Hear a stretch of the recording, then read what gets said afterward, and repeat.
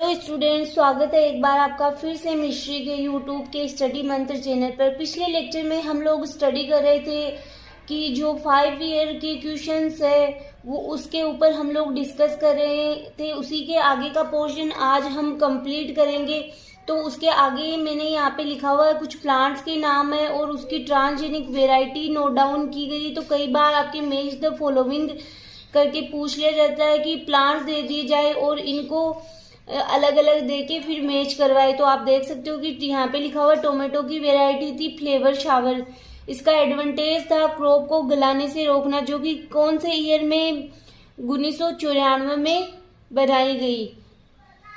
फिर है सोयाबीन की वेराइटी थी फ्रीडम, वायरस रेजिस्टेंट थी 1995 में। फिर है कॉटन की थी बोलगार्ड, बोलवर्म रेजिस्टेंट 1995 में ये भी। फिर है मेज की वेराइटी थी यील्ड यार्ड, जो कि इसका एडवांटेज क्या था, कॉर्न बोरियर रेजिस्टेंस। ये कॉर्न बोरियर एक डिजीज का नेम है जिसके लिए ये क्या थी, रेजिस्टेंट थी।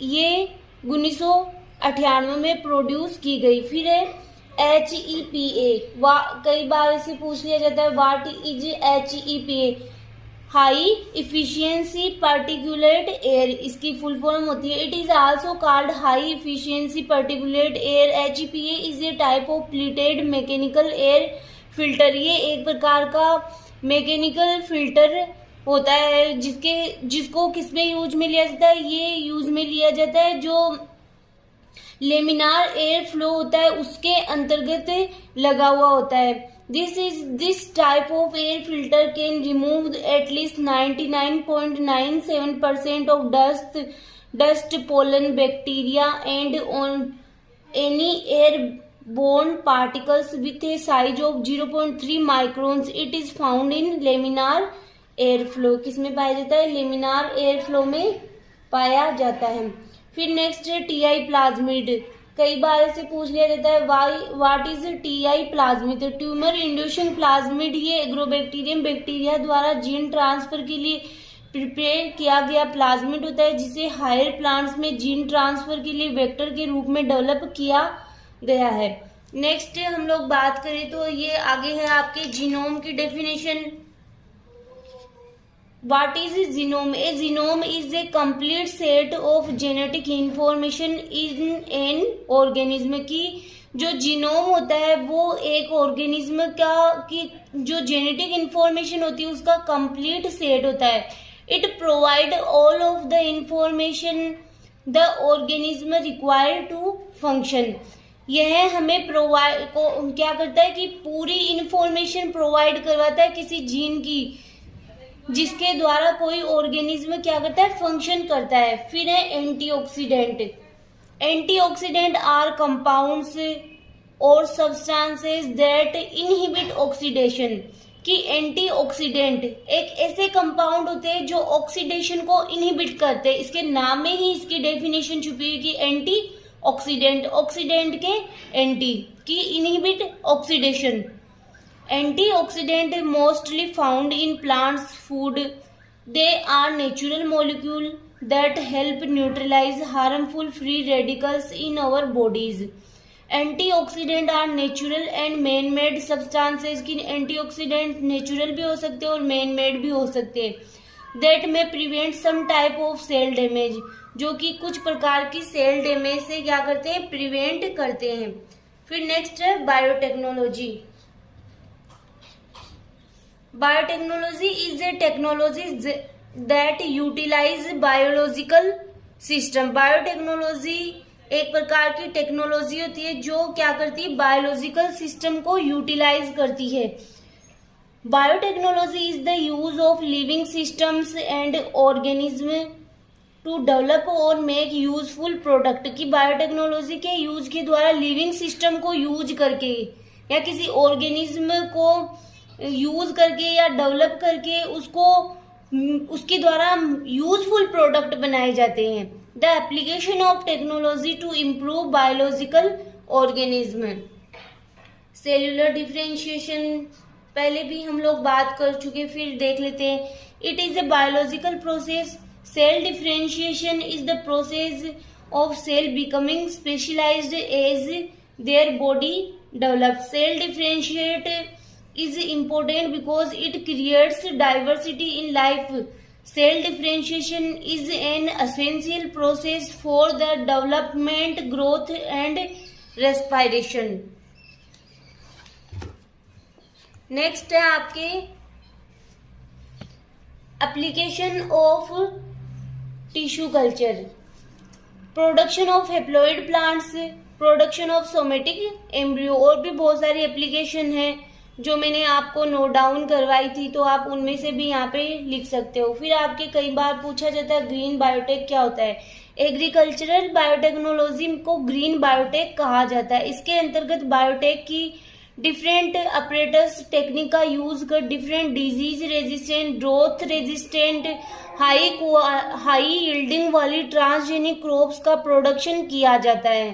नेक्स्ट है बायोटेक्नोलॉजिस्ट वर्क। बायोटेक्नोलॉजी ने ह्यूमन लाइफ के लगभग सभी पहलुओं को इफेक्ट किया है।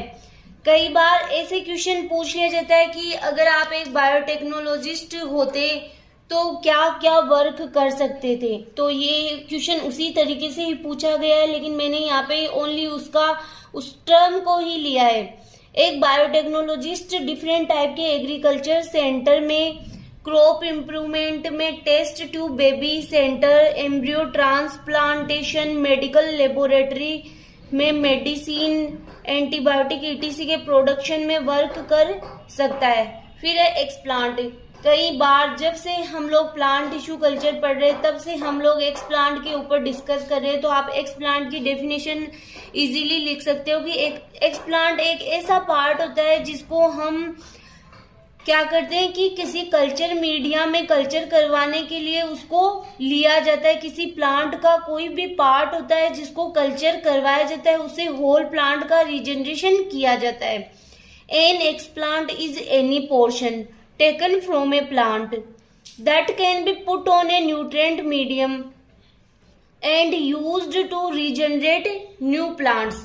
Explant may be root, stem, leaves, protoplast, embryo, buds, pollen grains, etc.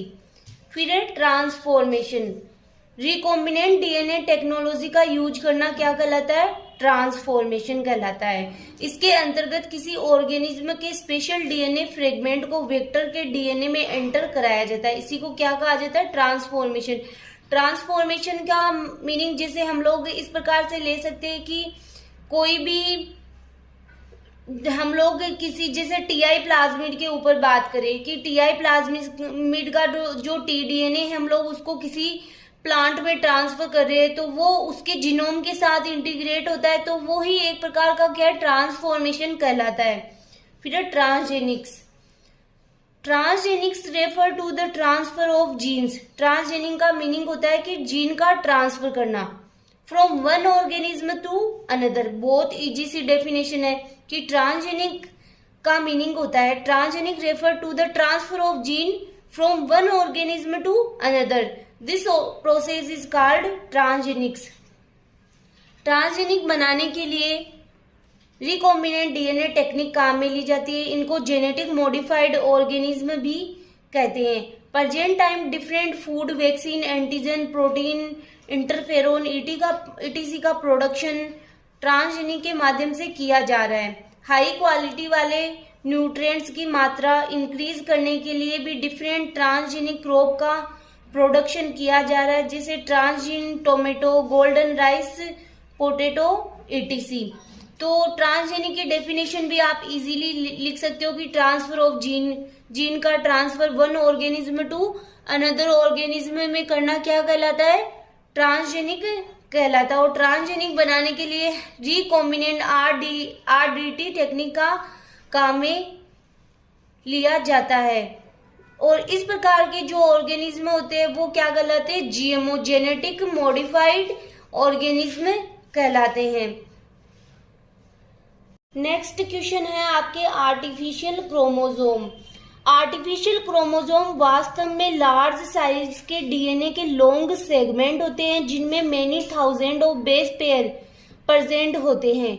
इनका यूज वेक्टर के रूप में क्लोनिंग में करते हैं। यह ह्यूमन जीनोम प्रोजेक्ट में ह्यूमन क्रोमोसोम के फिजिकल मैप बनाने में भी यूज में आते हैं। फिर है enzyme used in isolation of protoplast, कि कौन कौन से एंजाइम है जिनका यूज किया जाता है प्रोटोप्लास्ट को आइसोलेशन करने में। सेलुलोज डिकम्पोजिंग एंजाइम सेलुलेज और ड्राइलेज, हेमीसेलुलोज डिकम्पोजिंग एंजाइम हेमीसेलुलेज और राइजोजाइम, pectin decomposing enzyme pectinase, acetyl transferase और पेक्टिक एसिड। तो ये भी कई बार आपके पूछ लिया जाता है शॉर्ट क्वेश्चन में। फिर है T DNA. What is T DNA? T DNA या transfer DNA tumour inducing plasmid Ti plasmid में मिलता है। T DNA 23 kilo base pair size का होता है, जिसके दोनों एंड्स पर 24 बेस पेयर का अनुलोम पुनरावर्ती सीक्वेंस मिलता है, जो इसके ट्रांसफर के लिए आवश्यक होता है। इसका यूज हायर प्लांट्स में जिसके जीन को हायर प्लांट्स में के जीन ट्रांसफर में किया जाता है। फिर है फिजिकल मैपिंग ऑफ क्रोमोसोम, जिसको भी हम लोगों ने डिस्कस कर लिया था कि फिजिकल मैपिंग क्या होती है। Physical map is a technique used in molecular biology to find the other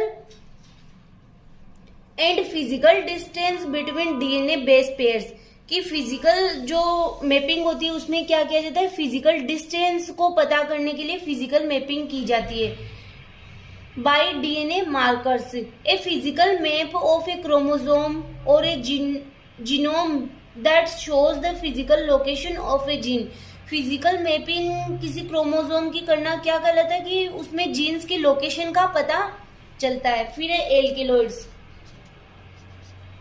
alkaloids nitrogen युक्त एल्केलाइन कंपाउंड होते हैं जो नेचुरली प्लांट्स में पाए जाते हैं।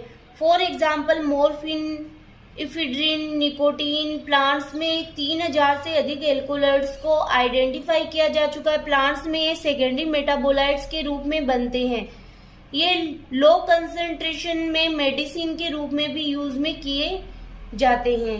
लिए जाते हैं। फिर आर्टिफिशियल सीड। आर्टिफिशियल सीड को भी हम लोगों ने डीपली स्टडी कर लिया था, इसकी डेफिनेशन, इसका production procedure. The encapsulated somatic embryo is called an artificial seed. The somatic embryo is protected by covering with calcium alginate beads. Artificial seed concept T Murashige ने 1977 में दिया था ये कॉन्सेप्ट। फिर है फंक्शनल जीनोमिक्स। फंक्शनल जीनोमिक्स भी वैसे तो हम लोगों ने स्टडी कर ली थी, इसके ऊपर भी। Functional genomics is the field of molecular biology.